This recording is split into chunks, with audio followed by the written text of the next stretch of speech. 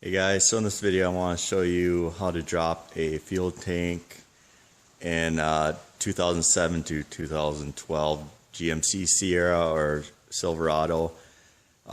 So everyone asks, why don't I just tip the bed? It's so much easier. Well, here's one thing. If you live in a state that has salt in winter, something called this, that is rust.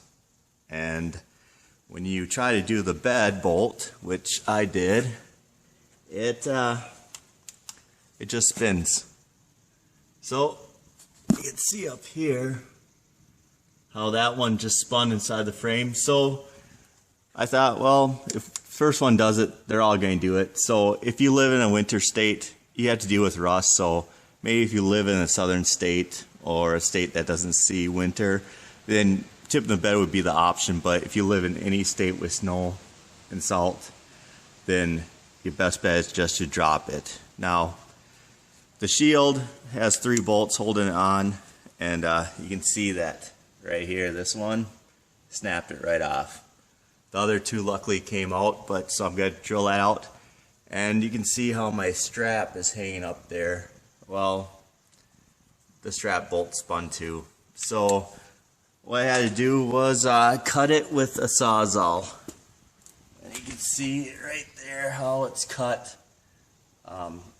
What you do is, since this was leaking fuel, what I did was I put my Sawzall recipient saw between the tank and the strap, and I cut it, and you can see how right here there's a witness mark where the strap was, and I had to cut the tank off, and then it came right down.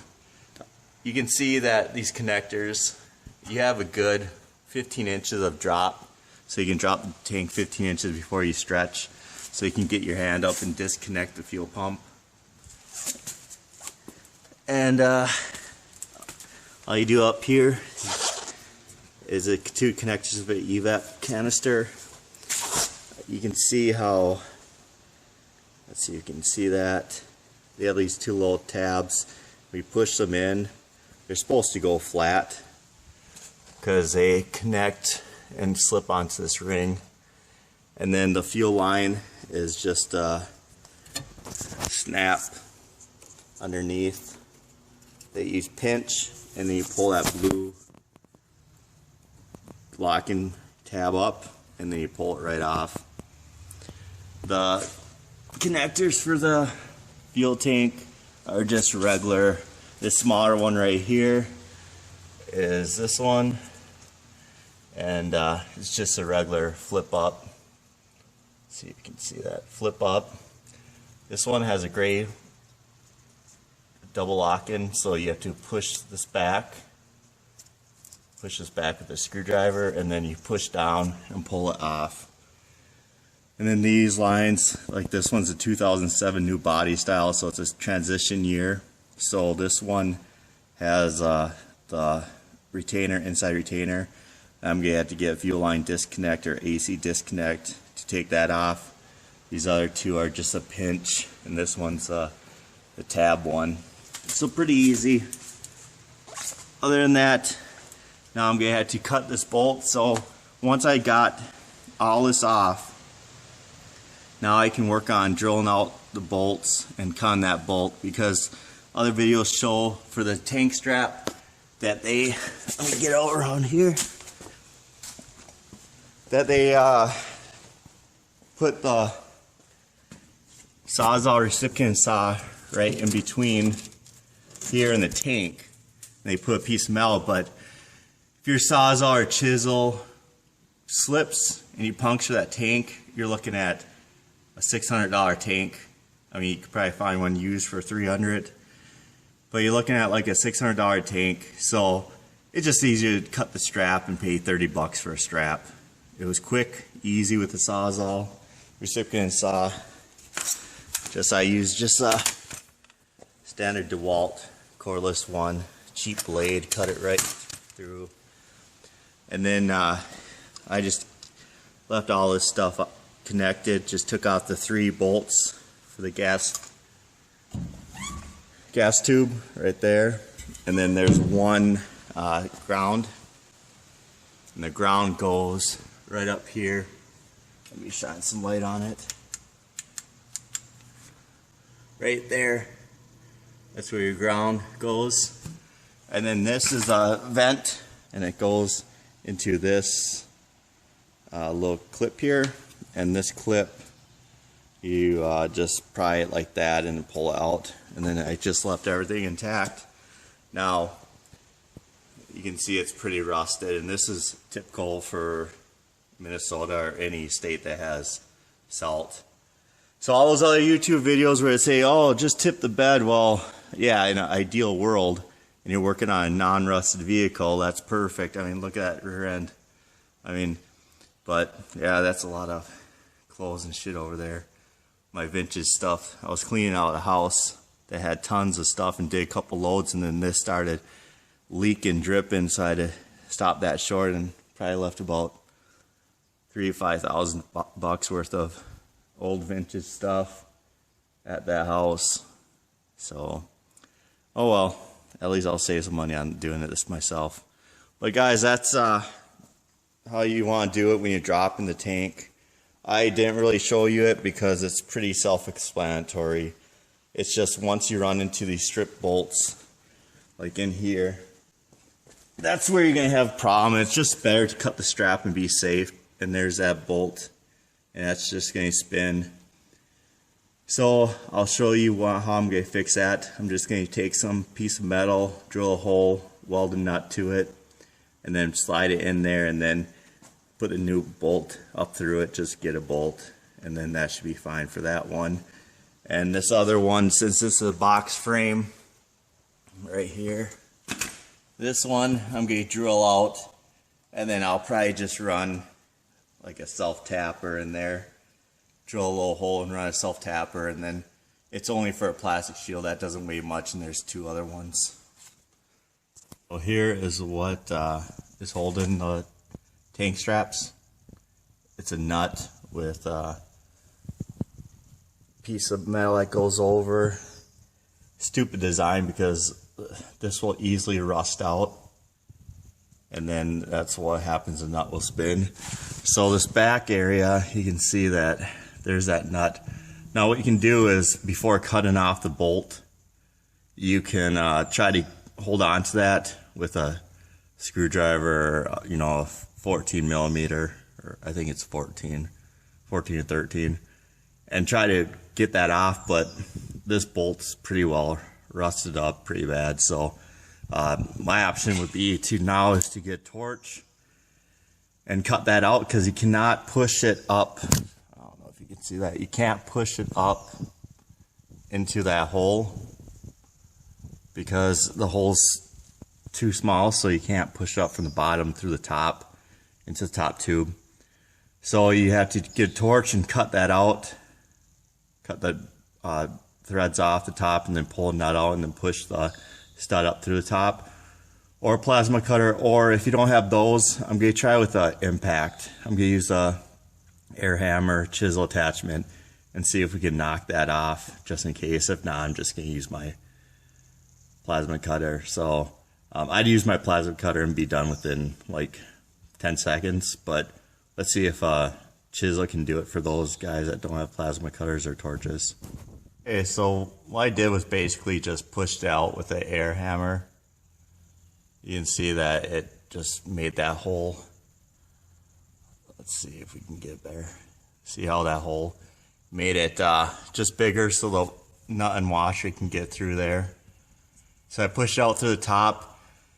Now what I can do is probably, I mean, if I want to, I could weld a nut, but I'm going to go through the top with a tube with a piece of metal and a nut on top and slide it through. Slide it through that hole. You can see there, it pushed it right out. But so a piece of metal with a bolt, and then that way I can hold it from the top and it won't be able to twist. Never run into that problem again. So that took about 20 seconds to do, so it was pretty quick. Grab the light and show you where these clips go. there's where the clip is. The one T nut or whatever you want to call it, clip nut. Another one goes right there. Make sure the bolt goes up instead of reverse, and then just stick it in there. Now I'm going to use a lot of wheel bearing grease and grease this up, but you can see it's just a bad design. There's so much dirt and stuff up there that collects because basically this box right here drains down, and then it drains right into there and then just rusts up. So very bad design by GM. Okay, so as you can see, the fuel pump is pretty well rusted through. I just pushed it down and broke. This lock ring, you can see that that it's pretty well welded on there by the rust. So you guys who live in the south and don't see winter rust and think it's an easy fix, no, it's not. Not for the winter states. So what I did was I emptied the fuel tank. I'm gonna have to, I soaked this in PB Blaster for like 3 days, still nothing. So I emptied the tank, and on these, you can't just empty it through the fill spout, because the fill spout has a little check valve in there. Let's see. Yeah, it's a check valve in there, so it was draining through the top of this tank. So now it's I'm gonna fill this with water, this tank, and then take my angle grinder and grind this lock ring right off, and hopefully I can salvage the tank. If not, I might be having to find a used gas tank for this thing. That's the fun working with cars in winter states. You know, you get to deal with this crap. Okay, so the lock ring doesn't want to be pounded off. You can see that I bent it multiple times. It's kind of sunny out here. So what I'm going to do is use my cut-off tool to cut it off. I got to cut this ring off. You can see that the pump is totally rusted out. And so what I did was, for safety purposes, I filled it up with water, emptied the gas, filled it with water, and now I'm just grinding on it. Let me see if I can do it with one hand really quick.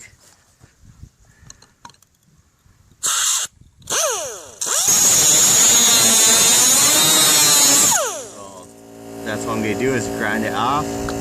And this is the fun of working on vehicles that have rust in winter states.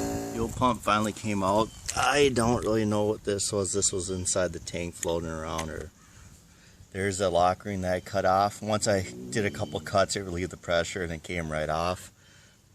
So now I'll look at the tank.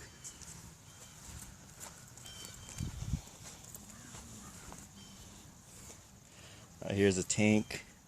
I filled it with water, so now the water is just going to evaporate, so it should be fine. And you want to look around at your ring, which looks okay. I did poke it a couple times in here, but this plastic is really thick. You can see that. And then let's see what the tank looks like on inside. See how clean it is.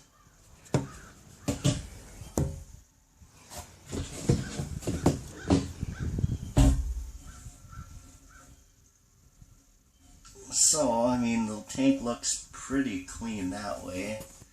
Oh, this way is the same way. So it's almost out of water, so that's a safe way of doing it, is to do what I was doing and fill it with water, and then you can grind on it and you'll be fine. Got my parts from Rock Auto. They're their cheapest prices, so not a plug for them. I just searched and they had the cheapest prices. So there's a new fuel line. You can see how my other one, that line is rusted shut. So now it came out with plastic.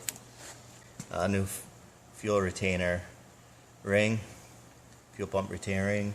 I'm gonna use these slip nuts or T-nuts or whatever, clip nuts you want to call them, because for the tank strap bolts, because I'm gonna goop them up pretty good, and they should be fine. I'm not going to have to ever do that access, drop the tank again because of the access hole. Here we go, new ring, new pump, new line. This line right here, I epoxied the clip. That's just a vapor line. So now it's putting it in. I decided to put it in the cheap eBay fuel pump. So what I'm going to do is I did cut a lot of these straps and stuff, and it's pretty rusted up. So what I did was I'm just going to drill an access hole. You can see how I drilled the corners. I measured, drilled the corners, and now I'm going to go up top and drill out and take my cut off and cut this square panel out. And then that way I can access a pump. If that cheap pump goes out, what I can do is just change it on the road pretty quick. Probably take like 10 minutes, not even. I'm going to seal it with some sealant and we should be fine. But the measurements, all I did was I went through the straps, measured the straps where they would go. So basically where the strap would go, I measured over to the center, then from the other one, and I left some room so that you can easily get the pump out. But yeah, I'll show you how we're going to do this. Out the lines with tape so I can easily cut it. You can see there's the holes for it. That hole's kind of off, so I just measured from the back of the box to it. And then just use your grinder. I'm using a cut-off wheel air grinder. And then make sure you wear some form of protection. I'm using this face shield. It's a welded mask, but what happened was it's bad. So I took out the auto darkening and works great for a grinding mask. So I'll get to it.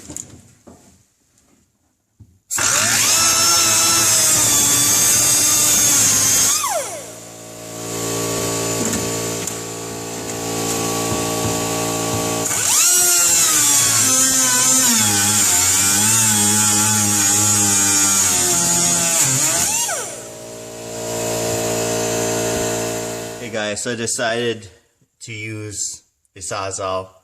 It went a lot quicker. You can see how the lines aren't really, they're straight, but the Sawzall wandered a little bit on a couple of them. So that's no big deal, because what I'm going to be doing is just using some seam sealer to seal it up. But now I'm going to put some metal I have and cut it so it slides in these grooves. So then you can slide your sheet rock or plywood. It'll still slide on this and it won't grab because we're going to be using a seam sealer. And with the metal, I'm going to probably weld little brackets on here really quick so it holds it in so you can load it up and it's not going to fall through. Then that way with the seam sealer, you just cut it, pull that cover off, replace a pump, put it in, and then you're good to go. Looks like I just put these tabs on. You could put it underneath, but then it might rust out, and with the seam sealer, it's gonna be fine. And it's inside the ribs, so nothing's gonna be going in there really. But then you can see how this is gonna be the underside, and I just hit it with some paint. And it just slips right in. Let's walk over there quick.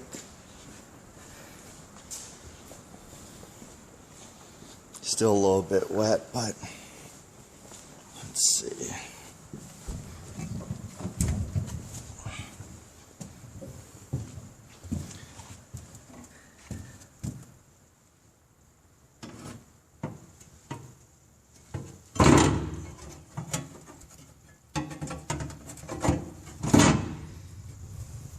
Basically like that, and then all the edges are going to get seam sealer, so it'll be nice and flush and watertight, and then that way you can stand on it and won't fall in. But yeah, so the seam sealer will seal it right up so nothing in your cab will get wet. But even then, look, I mean, your cab or your box already has holes in it, so what does this really mean?